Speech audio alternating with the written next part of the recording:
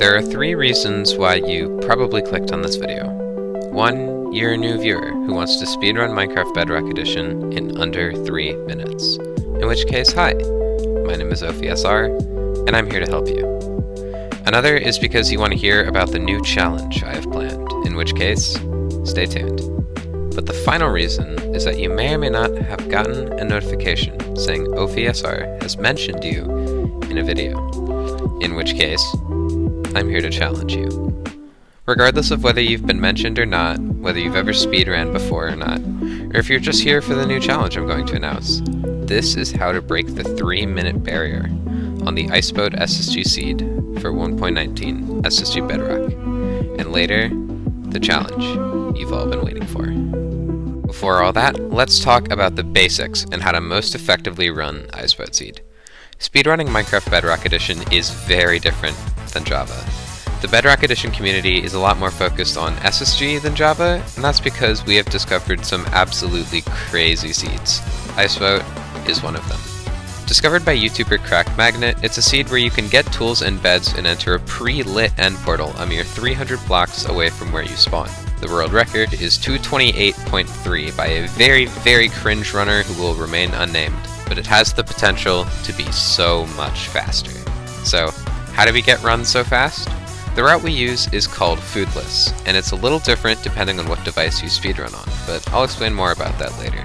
Especially on mobile, this route is very difficult. I'd honestly say a 330 is equivalent to a 300 on other platforms, but don't be discouraged by this. Anyway, this route was mainly designed by HashBrowns18 and Ganganganta08, so credit goes to them. The best way to learn the route is probably to watch a run of it, so I'll have one in the description, but here I'm going to show a very in-depth analysis of the route. When loading the world, remember to play on easy mode and activate show coordinates. I also recommend having your render distance between 7 and 12 because that makes the end fight a lot easier. When you spawn in, turn right, and then mine sand at the coordinates 136, 1032. The loot tables are different depending on what platform you play Minecraft on, and this impacts what your run is going to look like. For PlayStation, Switch, and mobile, grab 5 iron, 1 TNT, and then a chain chestplate and chain leggings from the buried treasure chest. For PC and Xbox, grab all of that, but there will be 10 iron instead of 5. Put the armor on, use your inventory to craft an iron pressure plate, then run over to these trees and place the TNT down here. Activate it with your iron pressure plate, then mine a few leaves to increase the chances of logs dropping because it isn't guaranteed on Bedrock. And then hide behind a tree before it explodes. Remember, if you can see the TNT can see you. And it will... You're going to want to get 3 logs from the blast. Then, make your way over here. If you only have 3 iron, throw out everything in your hotbar except the 3 logs and your iron. Save your dirt if you have the extra iron because we'll need it in the end. Once you get around here, use your inventory to craft a crafting table and 1 batch of sticks for console and mobile, 2 batches of sticks for PC and Xbox. As a small tip, switch to whatever the second open spot from the left of your hotbar there is, including where you have the logs. The crafting table will always go here if you craft it before the sticks. This means you can place it a lot quicker. For console and mobile, use the crafting table to make, in this order, a wooden shovel and an iron pickaxe. If you use a controller, just click left on the D-pad, the plus buttons, after you craft the shovel and you will already be hovering over the pickaxe. Exit the crafting table, use your shovel to pick up a few snowballs, then go back in the crafting table and craft a boat. For PC and Xbox, make an iron shovel, iron pickaxe, a bucket, and a wooden shovel, and therefore a boat, in whatever order you want. All in the same crafting session, no need to leave. Grab snowballs on the way to the boating spot, which is right about here. Boating is very straightforward on console. On mobile it's a lot harder to control, so as long as you place the boat facing the general direction of the village you should be fine. And then if you use a PC or Xbox, grab water at the edge of the lake right here. Once in the village you have a decision to make. You can do a foodless run, which saves about 2 to 3 seconds, or you can grab food and eat it throughout the run, preferably right after landing the hay bale in the ravine. It's safer and makes the end fight a little easier, but it loses some time. And when the goal is breaking the 3-minute barrier, time is not on your side. If you use the controller, click any of the D-pad buttons and it will automatically move you to the top right chest slot, where the food is conveniently. Then grab the beds in these 2 houses. If you already have your bucket, walk out the door and go to the 3rd house. If you don't, Break this block and the window above it, then place the white terracotta under your feet if you're able to do a parkour jump that saves a little bit of time. If it's too difficult, I understand, walking out the door doesn't actually lose that much time. Grab a hay bale, jump over to the third house, but make sure to not take unnecessary fall damage. Grab the bed, mine this block in the window above it, and then make your way over to the little ravine. You can either bed clutch, make sure to crouch while falling so you don't bounce, or hay bale clutch. Bed is easier for mobile, and hay bale for controller and keyboard mouse. Hay bale also makes you take less damage, but it's a half second or so slower. The next thing I'm going to show you is when I'm watching a speedrun, the difference in my opinion between someone who knows what they're doing and is just learning. A trick called click mining. This is not worth it on mobile because of its difficulty, but 100% use this for controller and keyboard mouse runs. Click mining is memorizing how long it takes to mine a block, releasing the mine button, and holding it back down again once the block is fully broken. In Minecraft, there's a 0.5 second window from when you finish mining a block to when it starts mining the next one. Click mining removes this time loss, although if you mess up and release too early, you have to mine the whole block again. It's very difficult to learn, but once you get used to it, it can save anywhere from 10 to 15 seconds on any given Ice Wet Seed run. Side effect, users cannot bring themselves to mine normally now, even in survival, because it's too slow. Use this whenever you're mining multiple blocks throughout the run, like the sand in the beginning, the stone right now, and the tuff before the portal room. Mine 8 blocks forward, then down 6. This will put you in a small cave. If you have an iron shovel, mine this gravel block right here. There are 3 blocks of gravel and 4 blocks of stone, and then you will fall into an absolutely massive ravine. You have your water bucket for the MLG, and holding down crouch and place while falling virtually guarantees you will land the MLG water. For other runners, run to this block right here and dig down 5 blocks. Then hold down the place button to land the hay bale. For mobile, just spam the ground right before you're about to land the hay bale. It doesn't work every time, but there's really no more consistent way to do it. Run over to the far side of the ravine into this drop chute. Walk down to the side of the ledge, then fall into the block and turn 180 degrees. This guarantees you won't take any extra fall damage. Mine this top block of tuff, mine 2 forward, down 1, then mine the rest of the way into the portal room. If you have your bucket still, fill it with lava and then enter the end. If not, just enter.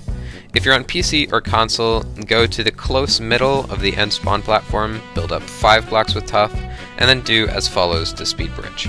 Hold cobblestone, immediately look down, then sprint jump forward. This should activate the speed bridge. If you don't like speed bridging, which is understandable, or you use mobile and can't speed bridge, still build up 5 blocks, but then look down and spam blocks at your feet. The end fights for the 2 platforms are very different, so I'm going to go through them separately. For lava bucket end fights, you want to run straight to the fountain and do crit bug. This is an allowed bug where you throw snowballs in between the dragon's head and neck, at an angle, or the snowballs will just phase through the neck, which makes perfectly logical sense. But speaking of logical things, these snowballs will allow you to deal 4 times as much damage to the dragon. You can tell if you've done it correctly because 6 jumping critical hits with crit bug activated deals this much damage, versus 6 hits without it only deals this much. Now, you have a decision to make. You can set up Skwwibles cycle, which is where you build a wall in the middle of the fountain like this, and then blow up beds. You move down a layer every time. Or you can do a jump cycle where you jump, place a bed on the side of the fountain, land, and then blow up the bed after you landed, and repeat this. It's difficult, but definitely faster. But before we blow up any beds, we must go to the coordinates 8, -2, build a 12 block tower, and then place lava on the side of it. This will keep the dragon close to the ground and make our beds deal a lot more damage.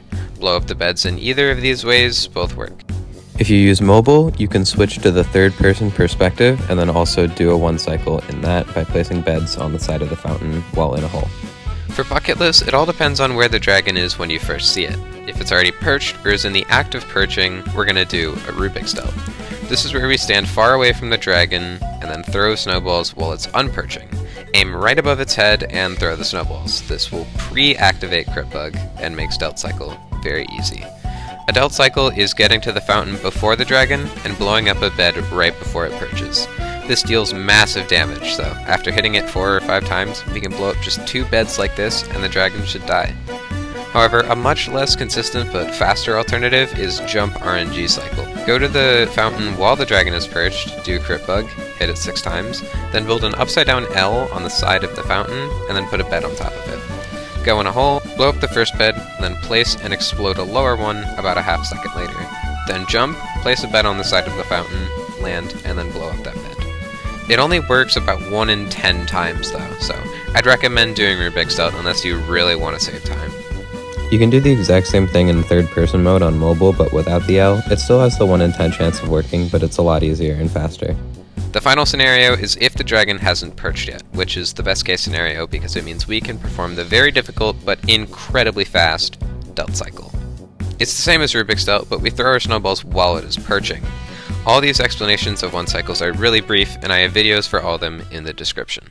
After all of that, congratulations. You've just beaten Minecraft Bedrock Edition, hopefully in under 3 minutes. To show me your video, just upload it on YouTube or mention me in the description or the title at OFISR. You can also DM me on Discord with any questions, OFISR7733. If I told you to skip this part and you listened, hello, experienced Minecrafter. You missed a lot, but it's finally time to announce our new challenge.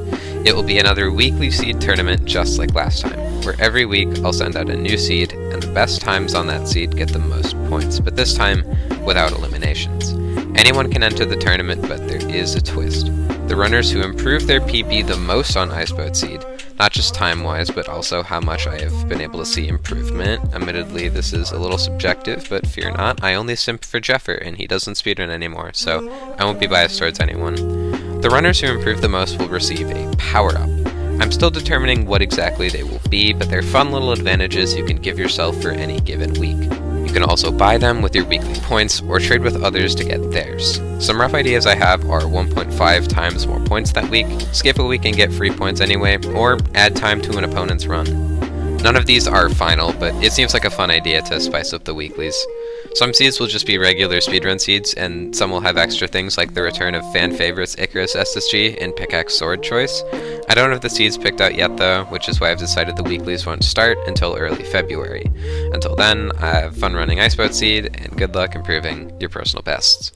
Now for the interesting part of the video, you may or may not have gotten mentioned in this video and received a notification because of it.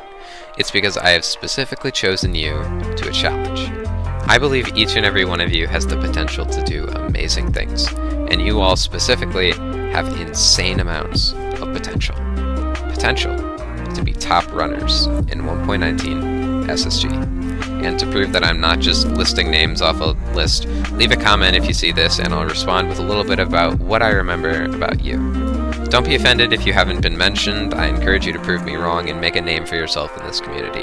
But anyway, good luck to all the runners. The weeklies will begin sometime in early February, and I hope to see you all then. My name is OFISR. Have a lot of fun running Iceboat Seed, and see you guys all later.